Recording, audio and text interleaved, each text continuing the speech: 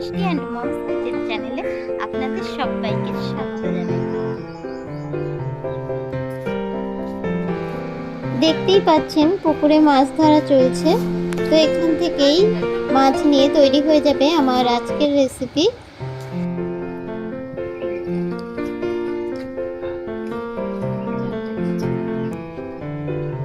ওই যে মাছগুলো নিয়ে আসছে দাদা, দুটো মাছ খাওয়া হবে হবে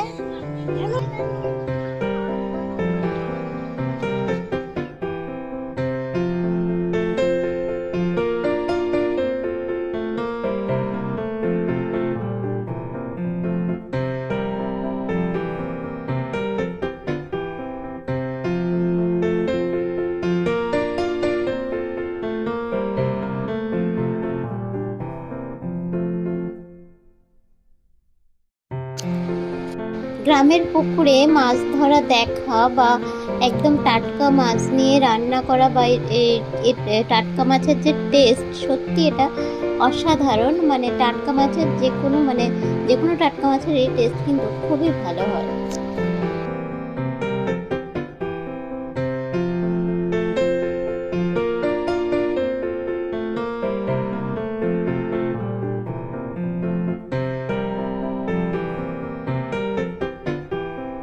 আমার আজকের রেসিপি বেগুন আলু সর্ষে বাটা দিয়ে দারুণ স্বাদের মাছের ঝোল।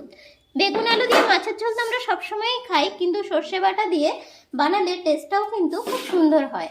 তো এটা বানাতে যে যে উপকরণগুলো আমাদের লাগছে চলুন সেগুলো দেখে নেওয়া যাক। এখানে কেটে নিয়েছি বেগুন আলু। বেগুনগুলো দেখতেই পাচ্ছেন বেশ একটু লম্বা লম্বা করে কেটে নিয়েছি। ফোড়নের জন্য নিয়েছি একটু 5 ফোড়ন। আর লাগছে পেঁয়াজ কুচি, এখানে কাঁচা পাকা লঙ্কা কুচি, সর্ষের তেল, এখানে মাছ নিয়েছি কয়েক পিস, লঙ্কার গুঁড়ো, চিনি, হলুদ, লবণ, আর লাগছে এখানে সর্ষে বাটা। এখানে কালো সর্ষে, সাদা সর্ষে, লঙ্কা আর লবণ একসাথে বাটা আছে। 3 টেবিল চামচ তেল দিয়ে দিয়েছি, তেলটাও সুন্দর গরম হয়ে গিয়েছে। আর এবারে মাছগুলোকে লবণ হলুদ মাখিয়ে তেলের মধ্যে দিয়ে ভেজে নিতে হবে।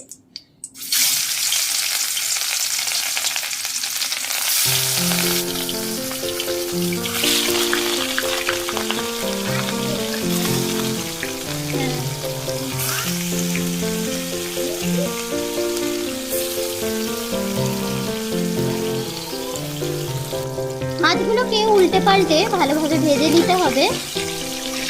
একটু উল্টে নিচ্ছি।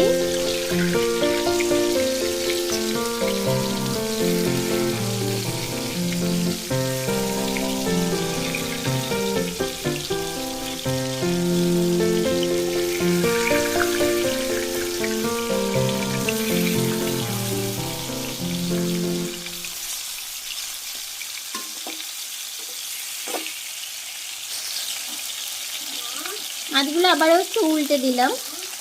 মাছগুলোকে উল্টে পাল্টে কড়া করে ভেজে নেওয়া হয়ে গিয়েছে। এবার এগুলোকে একটা প্লেটে তুলে নিচ্ছি।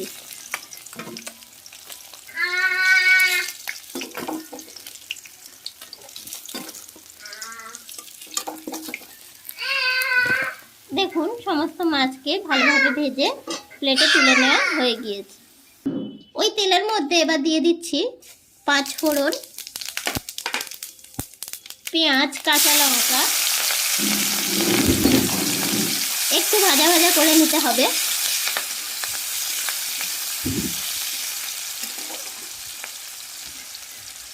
পেঁয়াজ কাঁচা লঙ্কা দিয়ে একটু ভেজে নিয়েছি। এবারে কেটে রাখা বেগুন আর আলুগুলোকে আমি এর মধ্যে দিয়ে দেব। আমি বেগুন আলুগুলোকে একটু পাতলা করেই কেটেছি, তার জন্য আলাদা করে ভাজলাম না। এটা কষতে কষতেই সুন্দরভাবে ওগুলো কিন্তু সেদ্ধ আর ভাজা দুটোই হয়ে যাবে। তো এবার বেগুন আলুগুলোকে অ্যাড করে দিচ্ছি। এবার এগুলোকে ভালোভাবে মিক্স করে নিতে হবে।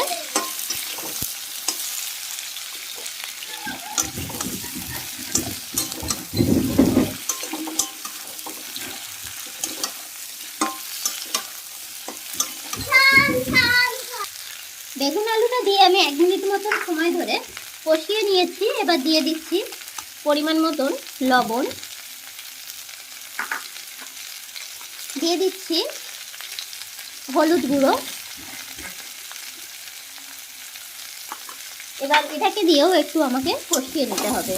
সমস্ত কিছুকে ভালো করে মিক্স করে নেব আর একটু সময় ধরে কষিয়ে নেব। এগুলো একটু কষিয়ে নিয়েছি। এবার এটাকে আমি ঢাকা দিয়ে রাখছি 2-3 মিনিটের জন্য লো ফ্লেমে। 3 মিনিট ভালো করে ঢাকা দিয়ে দিয়ে ছোট মানে গ্যাসটাকে লো ফ্লেমে করে কষিয়ে নিয়েছি। আবারও আমি একটু নেড়ে নিচ্ছি ভালোভাবে। এই পর্যায়ে গ্যাসটাকে আমি হাই ফ্লেমে দিয়েছি। এবারে আমি দিয়ে দেব সর্ষে, যে বাটার যে পেস্টটা বানিয়ে রেখেছিলাম, সাদা সর্ষে, কালো সর্ষে আর লবণ আর একটু কাঁচা লঙ্কা দিয়ে সেই পেস্টটা আমি দিয়ে দিলাম। এটাকে দিয়েও একটু কষিয়ে নেব হালকা। সর্ষে দিয়ে খুব বেশি কষানোর দরকার নেই, তাহলে একটু তিতো হয়ে যেতে পারে। আর এই পর্যায়ে দিয়ে দিচ্ছি একটু লঙ্কার গুঁড়ো, দিচ্ছি সামান্য একটু চিনি। তো সব কিছুকে দিয়ে আমি একটু কষিয়ে নিলাম হালকা। এবার আমি দিয়ে দিচ্ছি পরিমাণ মতন জল।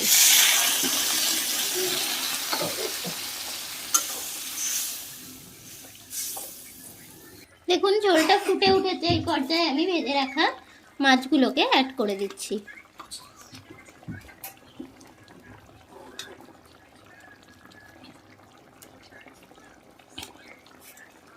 আবারও আমি এটা 2 থেকে 3 মিনিটের জন্য লো ফ্লেমে।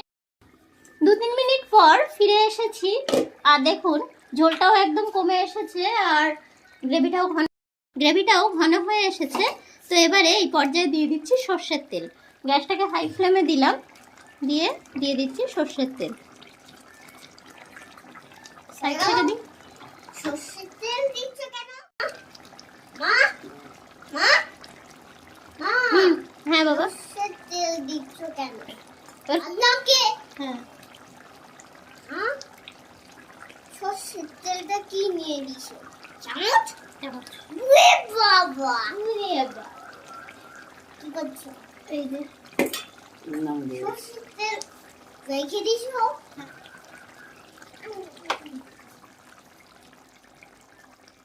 এবারে গ্যাসটাকে অফ করে দিলাম আর এটাকে স্ট্যান্ডিং টাইমে দিয়ে সার্ভিং প্লেটে সার্ভ করে দেব।